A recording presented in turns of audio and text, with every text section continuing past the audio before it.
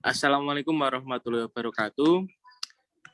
Perkenalkan, kami dari kelompok 2 akan mempresentasikan tentang sistem pertanian terpadu, Integrated Farming System. Sebelum kami melakukan presentasi hasil kerja kelompok kami akan memperkenalkan terlebih dahulu.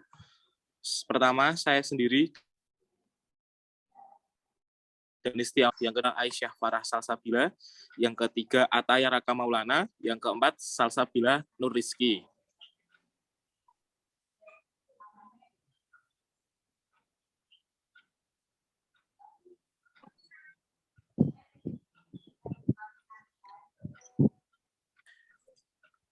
Pertanian terpadu. Pertanian terpadu merupakan sistem yang menggabungkan kegiatan pertanian, peternakan, perikanan, kehutanan, dan ilmu lain yang terkait dengan pertanian dalam satu lahan. Sehingga pertanian ini dapat sebagai salah satu solusi alternatif bagi produktivitas lahan pertanian dan para petani yang mungkin bingung dengan mengolah lahannya.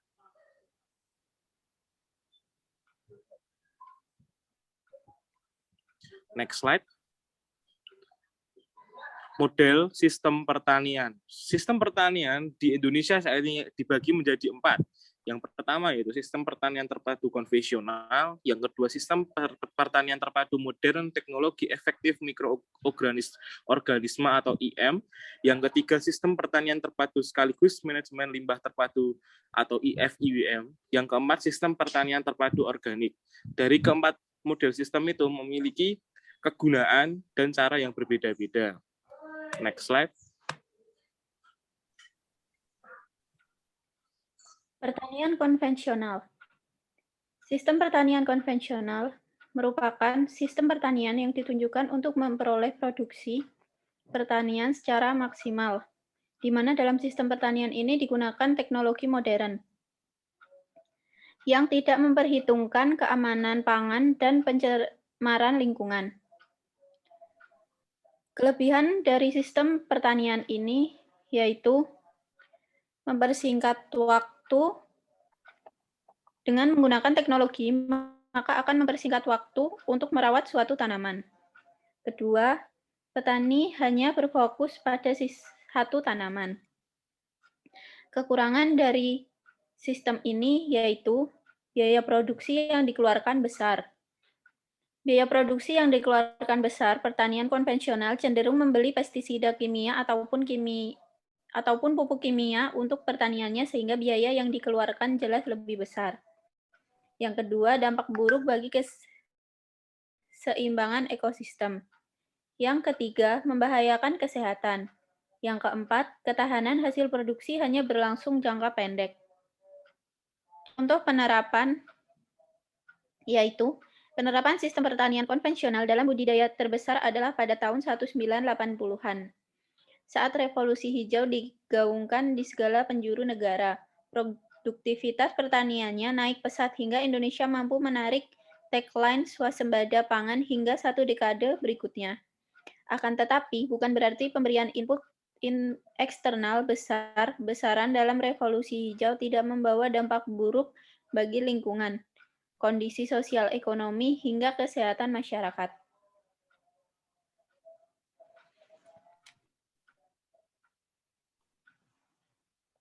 Sistem pertanian terpadu modern teknologi efektif mikroorganisme atau IM. Teknologi IM atau efektif mikroorganisme merupakan salah satu bagian yang tak terpisahkan dari sistem pertanian terpadu modern, di mana dalam sistem pertanian terpadu modern ini menggunakan mikroorganisme efektif secara keseluruhan untuk bertujuan memberikan dan mengelola beragam jenis lahan pertanian yang lebih berkelanjutan. Budidaya tanaman yang digunakan untuk pemanfaatan teknologi IM ini pada umumnya merupakan jenis tanaman semusim dan tahunan. Di antaranya yakni seperti berbagai tanaman padi, berbagai macam tanaman palawija, buah-buahan, sayur-sayuran, cengkeh, kopi, tanaman kelapa, dan lain sebagainya. Sistem pertanian terpadu ini memiliki kelebihan dan kekurangannya. Untuk kelebihan, yaitu yang pertama, dapat memperbaiki sifat fisik, kimia, dan biologis tanah, menyediakan unsur hara yang dibutuhkan untuk tanaman, menyehatkan tanaman, meningkatkan produksi tanaman, dan menjaga kestabilan produksi. Yang kedua, dapat merangsang pertumbuhan mikroorganisme lain yang menguntungkan, seperti bakteri pengikat nitrogen, bakteri pelarut fosfat, dan mikroorganisme yang bersifat antagonis terhadap patogen, sehingga dapat menekan jamur patogen tular tanah. Untuk kekurangan, pada Bokasi, pemanfaatan kotoran ternak sebagai pakan masih belum banyak dilakukan karena masih adanya keraguan terhadap nilai kepantasan bagi yang mengkonsumsi. Sebagai contoh penerapan sistem pertanian model terpadu ini memanfaatkan limbah organik dari kotoran ternak dan sisa-sisa tanaman untuk difermentasikan dengan teknologi IM menjadi pupuk organik terfermentasi, atau yang disebut dengan Bokasi. Bokasi itu merupakan sebuah metode pengomposan yang biasa dilakukan dengan menggunakan starter aerobik maupun anaerobik untuk mengkomposkan bahan organik yang berupa campuran molase, air, starter, mikroorganisme, dan sekam padi.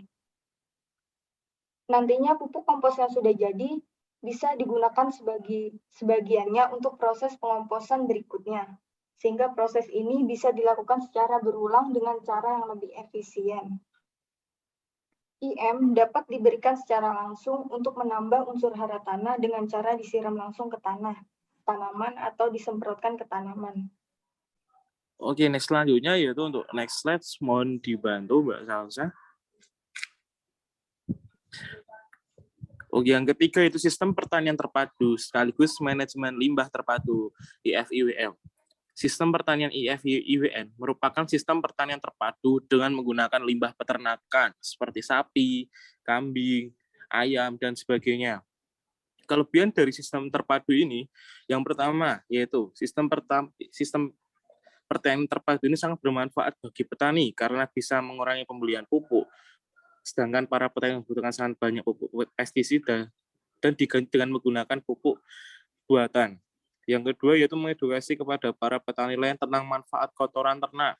Jadi kotoran ternak itu tidak hanya untuk dibuang saja, tapi bisa dimanfaatkan. Yang ketiga, memanfaatkan biogas terhadap usaha UMKM. Yang keempat, hasil produksi tanaman tomat maksimal. Yang kelima, kualitas tanaman tomat menjadi semakin baik karena pupuk tersebut. Next slide.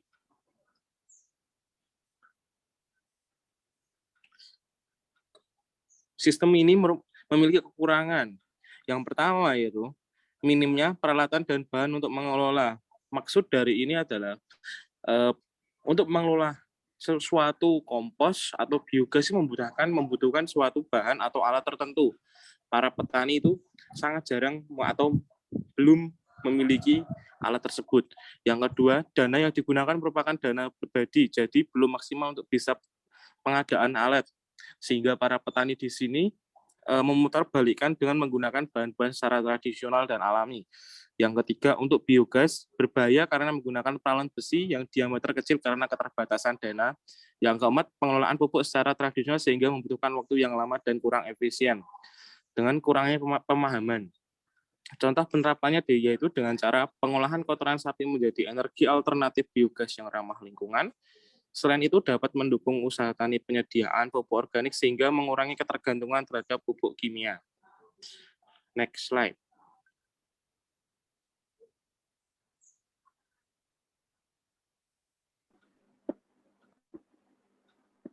Untuk selanjutnya adalah sistem pertanian terpadu organik.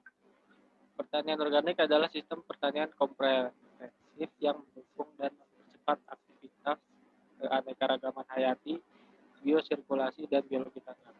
Pertanian organik juga merupakan bagian integral dari pertanian berkelanjutan dengan menggunakan bahan organik alami. Sistem produksinya didasarkan pada standar produksi susu dengan tujuan untuk menciptakan ekosistem pertanian yang optimal dan berkelanjutan. Pertanian organik didefinisikan sebagai sistem pertanian yang mengandalkan bahan-bahan alami tambah menggunakan bahan kimia sintetis.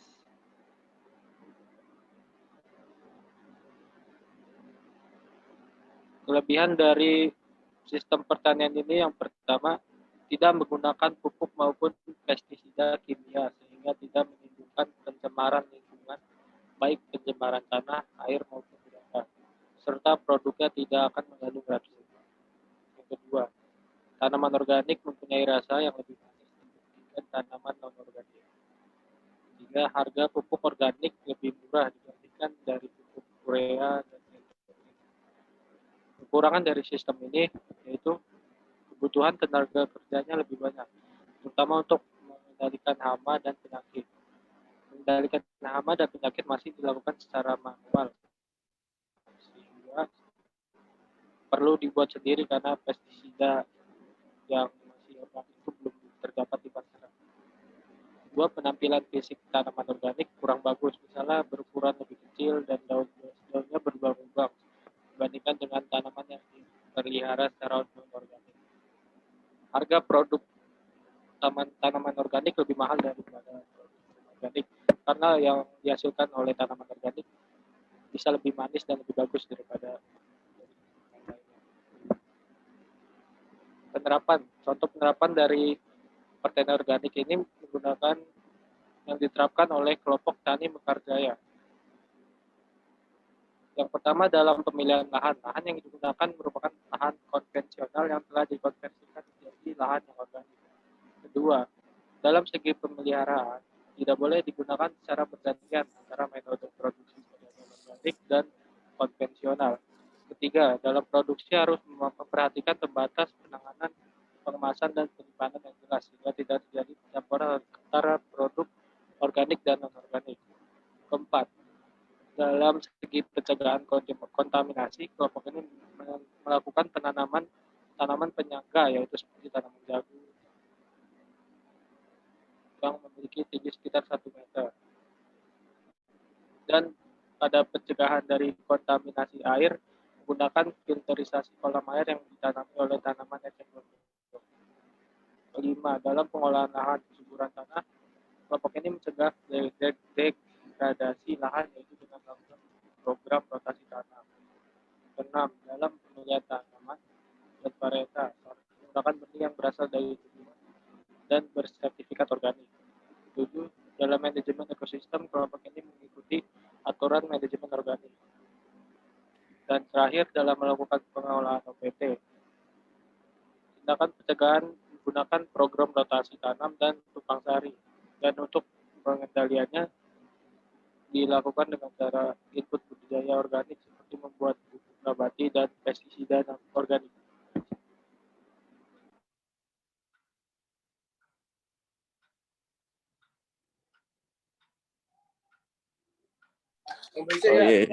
Sekian dari presentasi dari kelompok kami. Itu mungkin presentasi dari kelompok kami. Sekian dan terima kasih. Wassalamualaikum warahmatullahi wabarakatuh.